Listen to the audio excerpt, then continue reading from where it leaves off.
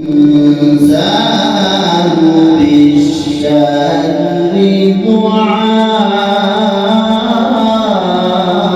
دعاءه بالخير وكان الإنسان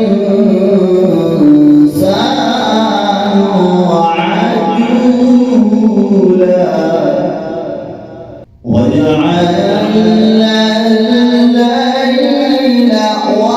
والنهار آيتين فمحونا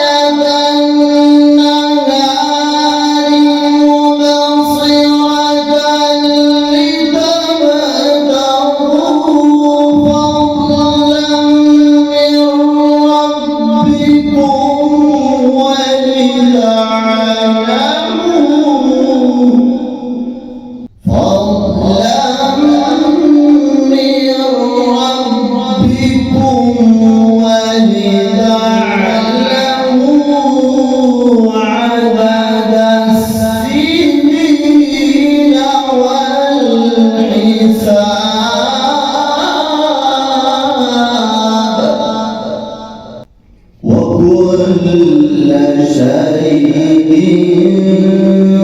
فصلناه تفصيلا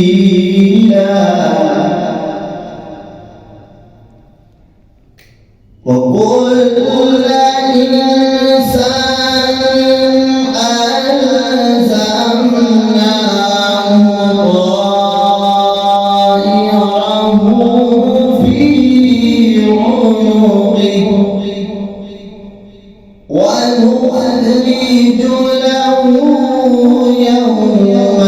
القيامة كتابا يلقاه منشورا اقرأ كتابك كفى بنفسك اليوم عليك حسيبا صدق الله العظيم.